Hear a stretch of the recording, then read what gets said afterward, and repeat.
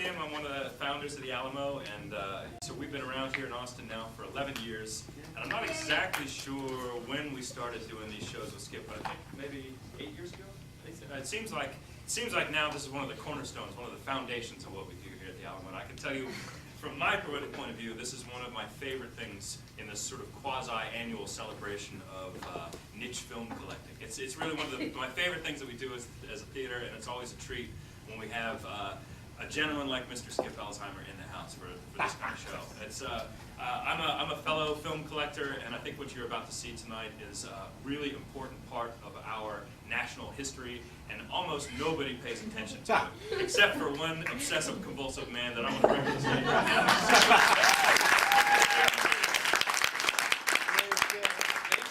Yeah, I'm Skip Elsheimer. I'm from Raleigh, North Carolina, and I've been collecting old educational films for more than 10 years, and we're up to more than 22,000 films in the collection.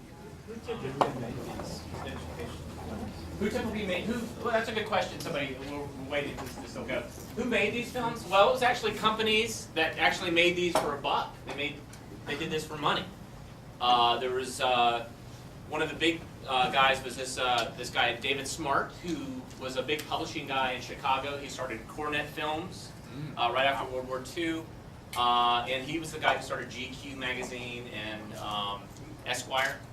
And then there was Encyclopedia Britannica. They started making films, and always were done to make a buck. You know, there's a myth that the government made them as propaganda, but very few films that I've run across are actually made by the government. It's mostly somebody making them to distribute to schools and to sell them.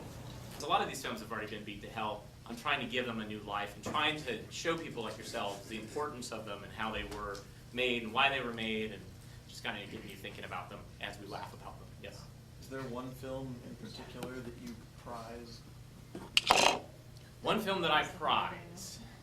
Well, kind of. I just bought it recently. There was a Bible store that stopped selling films, and so I bought this film called The Burning Hell.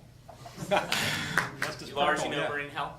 It is Estes Perkel, Ron Ormond. It is a religious film made by an exploitation filmmaker, and it is the second goriest film I've seen made by Ron Ormond. The first goriest, you know which one, Lars? Horseman, yeah. If the horsemen tire you, if the footmen tire you, what would the horses do? Which is a vivid, gory pictorial of what happens if communists take over the United States, what happens to the Christians, and it is really one of the goriest films I've ever seen. It's seriously. I mean, like recent Japanese Asian shock stuff, maybe not, it's more gory, but given it was the 70s, and given it's a Christian film, to see scenes of sticks being driven into kids' heads and they're vomiting blood, kid gets beheaded, kids have to lower their parents on pitchforks. It is outrageous. Do you know if any of these films are digitized? Yes, by me. You do the digitization? I do. I have a film transfer machine, a telecine, and a lot of the DVDs I have for sale here are ones that I've transferred from my collection. I've also put them online. If you go to my website, avgeeks.com, I have more than 200 films online at different places. Archive.org, I've been digitizing, putting them online there. Also, a friend of mine, kind of mentor of mine, Rick Prelinger, I've helped him digitize over 2,000 of his films. And Rick is actually the person that turned me on to Fears of Children. And so kudos to him. But he's got a bunch of films online.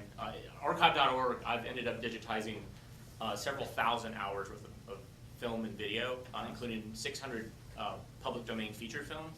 And so there's a lot of place to go there. If you have a fast internet connection, it's a really great place to go. Yes? How do you get past like the copyright stuff? Like, is that? I tell you to ignore that message. Right. I mean, no, copyright is an issue, and periodically I get contacted by somebody who owns a copyright. Sometimes they say, okay, you need to stop doing what you're doing. Sometimes they go, wow, this is so great. I'm really excited that you put this online, and could you make a copy for me? It's kind of an interesting. It's a toss-up. I have some Disney stuff that I've kind of put out that Disney doesn't know about, and shh, let's not tell Disney that we have it. But it's stuff that Disney does not make available anyway. They've totally gotten rid of it. I mean, even worse than Song of the South. There's nowhere you can get these. I mean, not racially worse, but I'm just saying that they just do not like the messages that they have, and which is too bad because some of them are really good, and they're all educational. But one is a VD film that's animated, which is really good, called VD Attack Plan, which is awesome. There's Story of Menstruation, which is an animated film sponsored by Kotex. And then, of course, the Lemmings film. You guys know about the Lemmings film, right? Basically, they did this, and actually I saw they're just now doing it again, where they're doing these live action nature documentaries. Back in the day, they were called True Life Adventures, and they did one called White Wilderness, where they showed various types of animals in the Arctic and how they live and love and fight and die and all this. Well, they show lemmings doing what lemmings are supposed to do, which is they jump off a cliff. And it's in beautiful Technicolor, them jumping off a cliff. The thing is, that's a myth.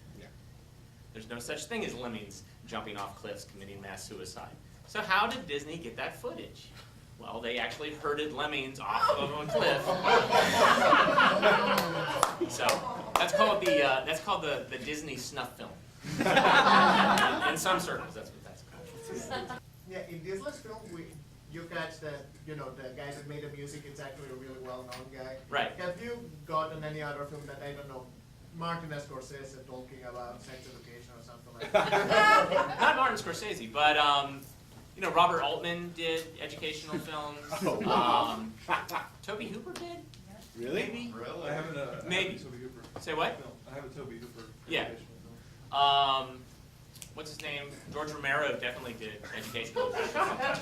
Because, they got out of film school and they wanted to make film, and, these were paying jobs. Is a lot of these regional filmmakers, that's how they got, cut their teeth on film. So there's you also see a lot of actors who later on go on to other things. So like Dick York is the poster child of someone who was in a bunch of early educational films who then later, was on Inherit the Wind and then Bewitched and